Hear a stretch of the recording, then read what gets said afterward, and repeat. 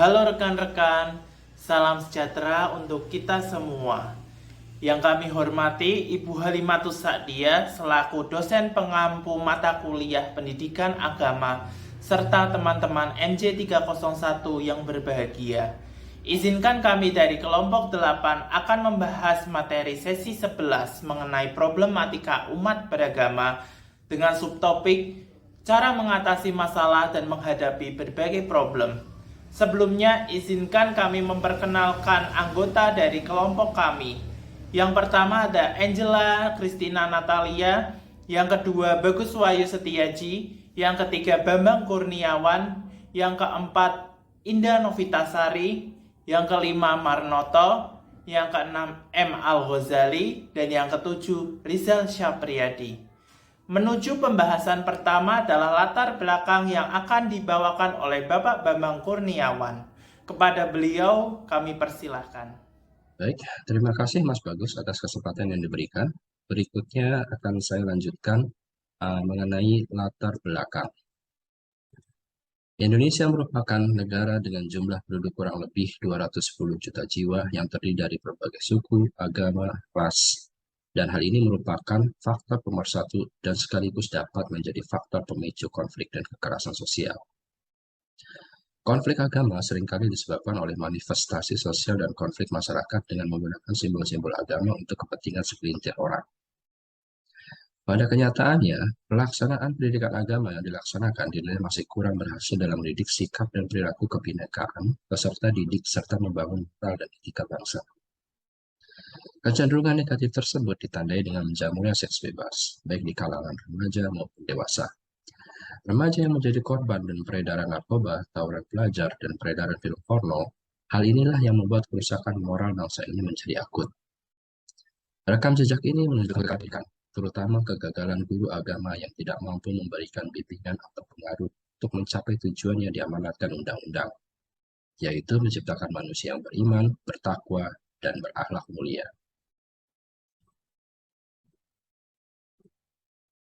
Selanjutnya mengenai pengertian. Kata agama berasal dari bahasa Sanskerta yang memiliki arti tradisi. A berarti tidak, agama berarti kacau. Sehingga agama memiliki arti tradisi yang tidak kacau. Agama juga dapat diartikan sebagai suatu peraturan yang bertujuan untuk mencapai kehidupan manusia ke arah dan tujuan tertentu. Jika kita lihat dari sudut pandang yang lain, kita juga dapat menyatakan konsep ini sebagai religi yang berasal dari bahasa Latin religio dan berakar pada kata kerja religare yang berarti mengikat kembali, atau yang bermaksudkan seseorang mengikat dirinya kepada Tuhan. Kemudian dampak terjadinya problematika umat beragama. Ini ada 3. Pertama, mereka masih belum memahami ajaran agamanya atau menyimpang dari aturan atau ajaran agama masing-masing. Yang kedua, masyarakat masih mementingkan diri sendiri atau menganggap agamanya yang paling benar. Dan terakhir yang ketiga, masyarakat masih bertindak semaunya tanpa mengikuti kaidah yang ada. Demikian dari saya yang bisa saya jelaskan. Selanjutnya akan saya serahkan ke Pak Reza. Terima kasih. Terima kasih kepada Pak Bambang. Selanjutnya saya akan membacakan materi. Upaya-upaya yang harus dilakukan untuk mengatasi problematika umat beragama antara lain. 1. Masyarakat harus mempunyai rasa kehormatan antar agama satu dengan yang lain. 2. Masyarakat harus mempererat tali persahabatan dan berusaha mengenal lebih jauh antara satu dengan yang lain. 3. Mempunyai kesadaran bahwa setiap agama yang dianut masyarakat membawa misi kedamaian. 4. Masyarakat yang baru saja pindah ke daerah lain harus berbaur atau membaur ke masyarakat sekitar. 5. Dalam masyarakat harus ada keadilan dan rasa ketidakadilan itu harus dihilangkan agar tidak menimbulkan rasa kebencian. 6. Di dalam masyarakat juga perlu adanya pengembangan identitas bersama seperti persatuan agar masyarakat itu tahu bagaimana pentingnya persatuan dan kesatuan dalam berbangsa dan bernegara. 7. Adanya gotong royong dalam masyarakat dan kerjasama agar tidak memisahkan diri dari kegiatan masyarakat. Slide selanjutnya, problematika umat beragama di masyarakat. 1.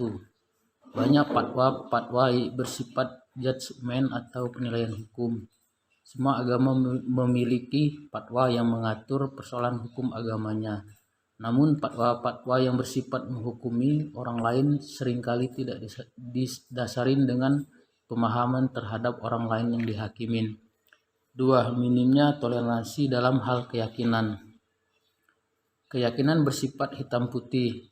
Masyarakat menolak akan identitas ganda yang mengakibatkan sulitnya mengatakan bahwa ada keyakinan yang di tengah-tengah atau abu-abu.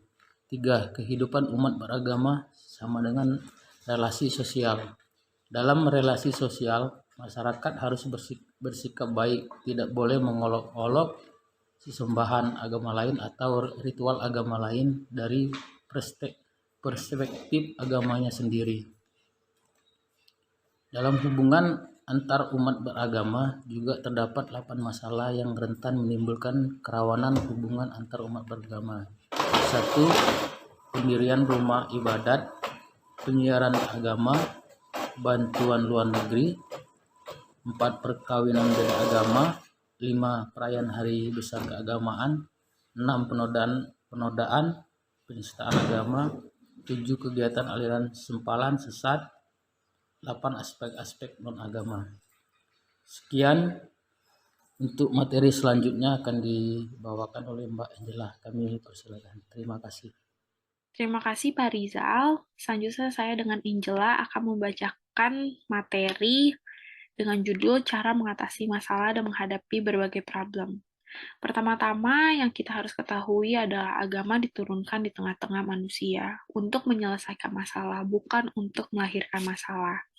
Agama juga dapat menyelamatkan roh dengan cara menghidupkan rasa. Untuk memelihara rasa tersebut, agama mengajarkan manusia untuk dekat dengan Sang Penciptanya dengan cara menjalankan ibadah.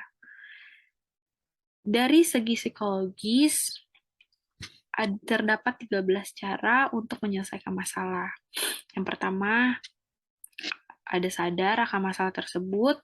Kedua, pahami masalah tersebut. Ketiga, kita harus tahu penyebab masalah tersebut. Lalu keempat, ada cara mulai sederhanakan masalah. Kelima, fokus pada solusinya. 6, kenali kemungkinan penyelesaiannya. 7, menemukan strategi penyelesaiannya. 8, tinjau kemungkinan implementasi pemecahannya. Lalu 9, jangan mengeluh berlebihan. 10, segera ambil tindakan. 11, kita harus dapat mengatur emosi. 12, berpikir logis. Dan ke-13, terakhir, berpikir proporsional terhadap masalahnya.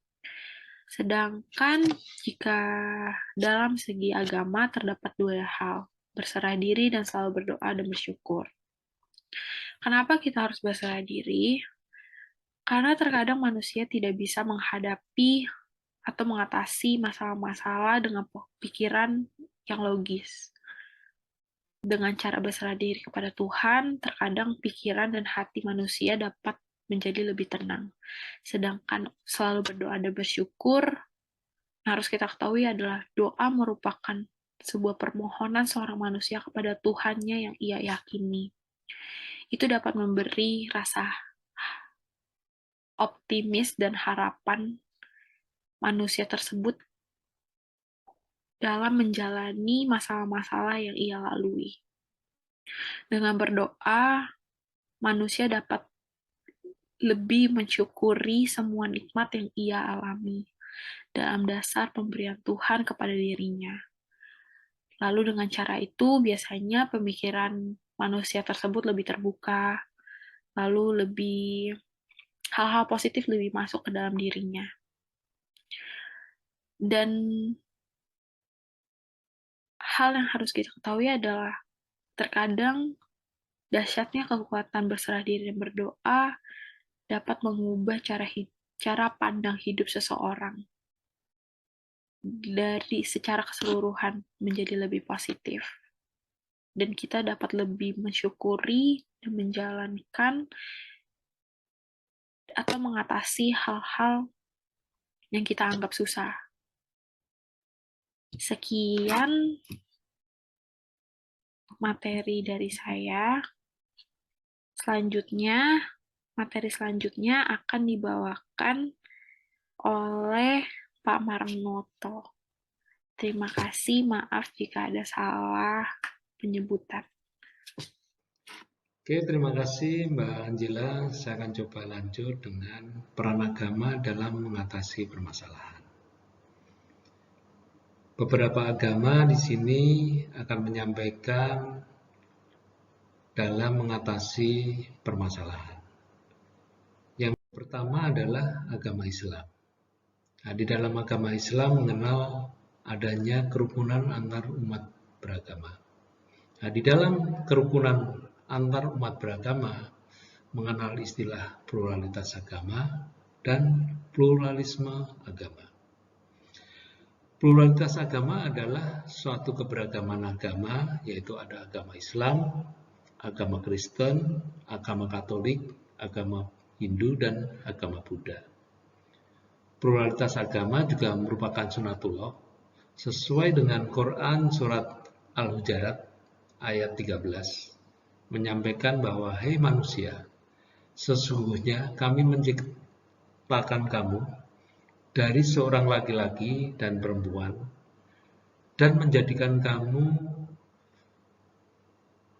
berbangsa-bangsa dan bersuku-suku supaya kamu saling kenal mengenal. Sesungguhnya orang yang paling mulia di antara kamu di sisi Allah adalah orang yang bertakwa di antara kamu. Nah, di dalam pluralisme agama ini adalah suatu paham yang mengajarkan bahwa semua agama sama dan kebenaran setiap agama adalah relatif. Setiap pemeluk agama tidak boleh mengklaim bahwa agamanya yang benar, sedangkan agama yang lain salah.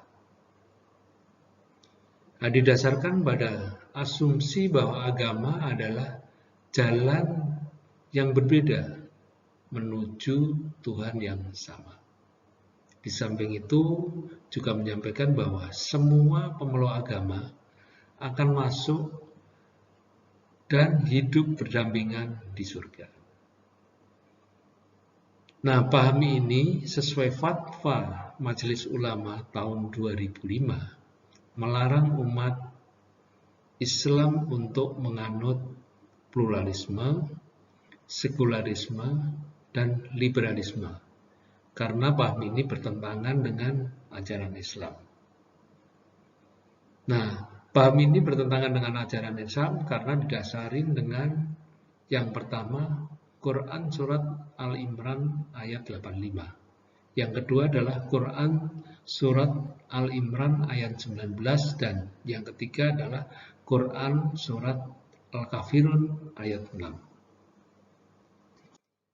Nah, menurut agama Kristen di dalam menghadapi persoalan, ajaran Kristen menjadi kunci harmonisasi umat beragama adalah yang pertama adalah koinonia, yaitu persekutuan, yang artinya dengan agama yang sama atau agama yang berbeda, baik secara internal maupun eksternal harus ada persekutuan agar terjadi perdamaian.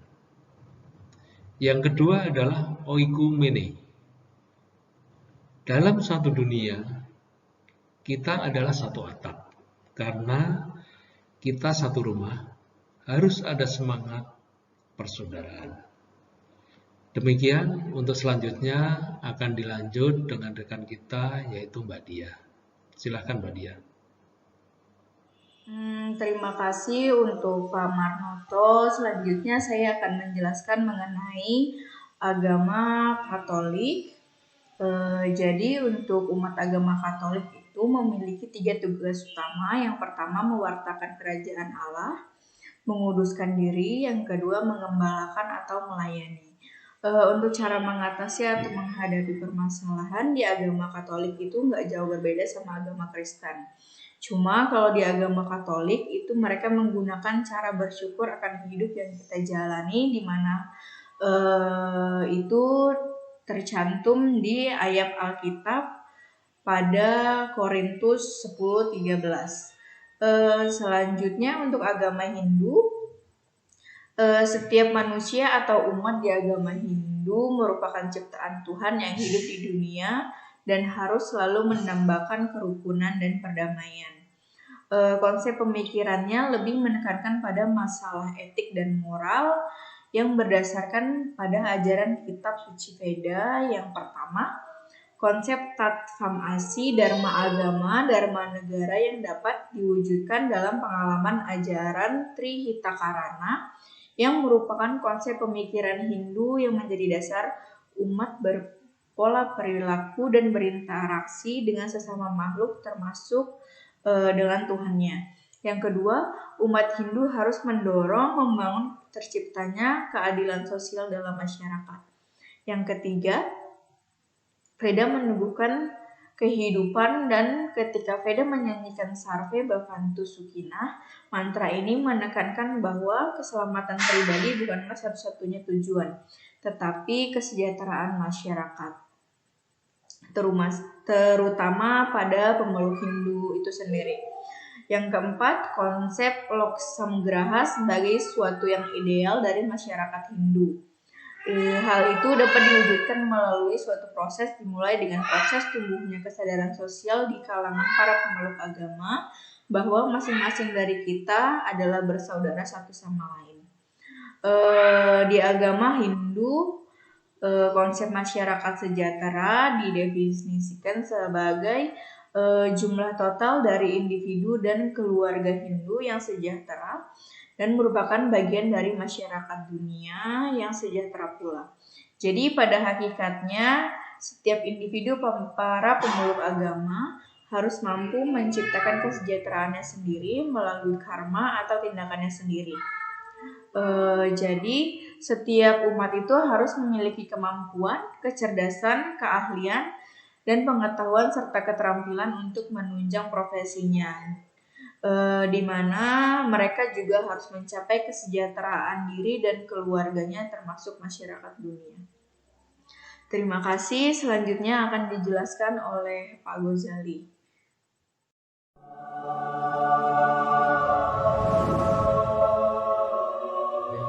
Terima kasih Mbak Indah.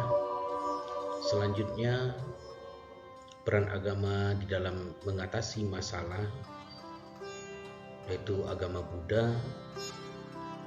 Pertama, agama Buddha disebarkan oleh Siddhartha Gautama yang mana kian meluas dan menyebar dengan sangat cepat. Buddha Gautama dan beserta umat-umatnya menyebarkan agama Buddha melalui Dhamma, di mana Dhamma merupakan unsur yang menjadi penunjang umat Buddha dalam mencapai penerangan sempurna atau disebut dengan Nibbana. Semua umat Buddha dengan jenjang umur berapapun sangat tahu bahwa Dhamma merupakan ajang Sang Buddha yang bertujuan untuk mempelajari bagaimana caranya mengatasi samsara, atau dapat dikatakan sebagai penderitaan duniawi, sehingga dapat menempuh jalan kedamaian dan kebahagiaan. Sejauh ini seluruh umat Buddha, baik itu Mahayana maupun Theravada, telah mengikuti jejak Buddha Gautama dalam berjuang meluaskan dan menyebarkan ajaran agama Buddha, yaitu Dhamma. Dalam Dhamma, pada Sang Buddha berkata, kemenangan melahirkan kebencian, yang kalah hidup dalam penderitaan. Untungnya dengan damai hidup menyerah kemenangan dan kekalahan, dan kebencian akan berakhir bila dibalas dengan tidak membenci. Inilah satu hukum abadi. Ini mengajarkan kita untuk melatih diri agar tidak merugikan satu sama lain atau bahkan kepada setiap makhluk hidup. Dengan demikian, Buddha dan umatnya selalu memperjuangkan dan meluaskan kebaikan melalui umat-umatnya agar tercipta keselamatan dan kebahagiaan di dunia ini, terutama umat-umatnya agar mencapai kebahagiaan tertinggi dan abadi, yaitu Nibbana. Selanjutnya, peranan agama Konghucu di dalam mengatasi permasalahan. Agama Konghucu mensyaratkan tuntunan moralitas sebagai bagian iman secara keseluruhan. Tak ayal moralitas yang ditekankan agama Konghucu bersifat mengikat kepada setiap penganutnya. Dan umat memiliki kewajiban untuk terus belajar membina dirinya agar benih-benih kebajikan yang terkandung dalam watak sejati memancar keluar lewat perilaku baik melalui ucapan maupun perbuatan. Sebagaimana yang tersurat dalam kitab Zong Yong Utama 1, firman Tian itulah yang dinamai watak sejati. Watak sejati Sing adalah karunia Tian yang berupa benih-benih kebajikan, yakni cinta kasih, kebenaran, kesusilaan, dan kebijaksanaan. Mengzi berkata, rasa hati berbelas kasihan setiap orang mempunyai rasa hati malu dan tidak suka tiap orang mempunyai rasa hati hormat dan mengindahkan tiap orang mempunyai dan rasa hati membenarkan dan menyalahkan tiap orang juga mempunyai. Adapun rasa hati berbelas kasihan itu menunjukkan adanya benih cinta kasih. Rasa hati malu dan tidak suka itu menunjukkan adanya benih kesadaran menjunjung kebenaran. Rasa hati hormat dan mengindahkan itu menunjukkan adanya benih kesusilaan. Dan rasa hati membenarkan dan menyalahkan itu menunjukkan adanya benih kebijaksanaan. Kemudian cinta kasih, kebenaran, kesusilaan, dan kebijaksanaan itu bukan hal-hal yang dimasukkan dari luar ke dalam diri, melainkan diri kita sudah mempunyainya, tetapi seringkali kita tidak mau mawas diri. Maka dikatakan, carilah dan engkau akan mendapatkannya, sia-siakanlah dan engkau akan kehilangan. Sifat orang memang kemudian berbeda, mungkin berbeda berlipat 2-5 atau bahkan tidak terhitung. Tetapi itu tidak dapat dicari alasan kepada watak sejatinya. Mengzi 6a 6.7 watak sejati Sing itulah karunia Tian kepada setiap insan. Terima kasih kami sampaikan kepada rekan-rekan semua.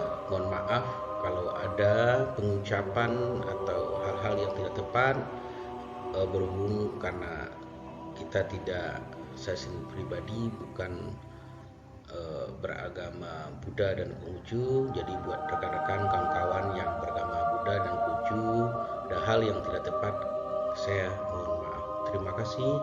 Kami serahkan kembali kepada rekan kami, Mas Bagus. Terima kasih.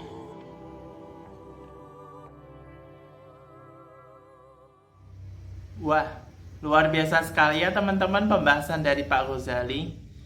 Dan dari pembahasan keseluruhan anggota kelompok kami, dapat kita simpulkan bahwa keberagaman agama merupakan faktor pemersatu sekaligus menjadi faktor pemicu adanya konflik dan kekerasan sosial. Ada beberapa faktor pemicunya. Yang pertama, belum memahami ajaran agamanya masing-masing. Yang kedua, lebih mementingkan dirinya sendiri dan menganggap agamanya paling benar. Dan yang ketiga, bertindak semaunya tanpa mengikuti kaidah yang ada. Cara mengatasi masalah adalah dengan ketenangan pikiran dan emosi yang stabil, serta melalui berserah diri dan selalu berdoa serta bersyukur. Beberapa peran agama dalam mengatasi masalah. Dari ajaran Islam mengakui adanya pluralitas tetapi melarang umatnya untuk menganut pluralisme, sekularisme, dan liberalisme karena bertentangan dengan ajaran Islam. Dari agama Kristen, konflik harus diselesaikan dengan persuasif, perdamaian, dan semangat pengorbanan demi kedamaian bersama. Dari agama Katolik mengajarkan bahwa kita mempunyai tugas mewartakan kerajaan Tuhan, mengkuduskan diri dan sesama, serta mengembalakan atau melayani. Dari ajaran Hindu mengajarkan setiap individu, para pemeluk agama harus menciptakan kesejahteraannya sendiri melalui karma atau tindakannya sendiri. Dan dari ajaran Buddha mengajarkan bahwa kita selalu melatih diri agar tidak merugikan satu sama lain, bahkan kepada setiap makhluk hidup. Kelompok kami menyarankan bahwa agama selalu hidup di tengah kehidupan umat manusia sepanjang masa. Ketika agama tidak memiliki fungsi sebagai pedoman yang mampu melahirkan kenyamanan spiritual dan objektif dalam segala aspek kehidupan manusia, maka kekerasan yang terjadi belakangan ini menjadikan tantangan dalam kehidupan beragama yang disebabkan oleh model keberagaman umat yang diekspresikan secara simbolik. Setidaknya dari kelompok kami ada beberapa strategi di dalam penyelesaian problematika umat beragama. Yang pertama, memperbesar aktor perdamaian. Yang kedua, memperluas forum-forum perdamaian di masyarakat. Yang ketiga, memperkuat jaringan perdamaian. Dan yang keempat, mengadvokasi perdamaian. Berikut adalah referensi dari beberapa anggota kelompok kami yang kami ambil dari media cetak maupun media online dari berbagai sumber pengetahuan. Dan jika teman-teman ada pertanyaan, silahkan ajukan di forum LMS ya, dari kelompok 9 maupun teman-teman anggota lain jika ingin memberikan kritik, saran maupun masukan agar kelompok kami semakin baik. Demikian presentasi dari kelompok 8. Ayo ting pergi minum es. Thank you for everything guys. Fastabiqul khairat. Wassalamualaikum warahmatullahi wabarakatuh.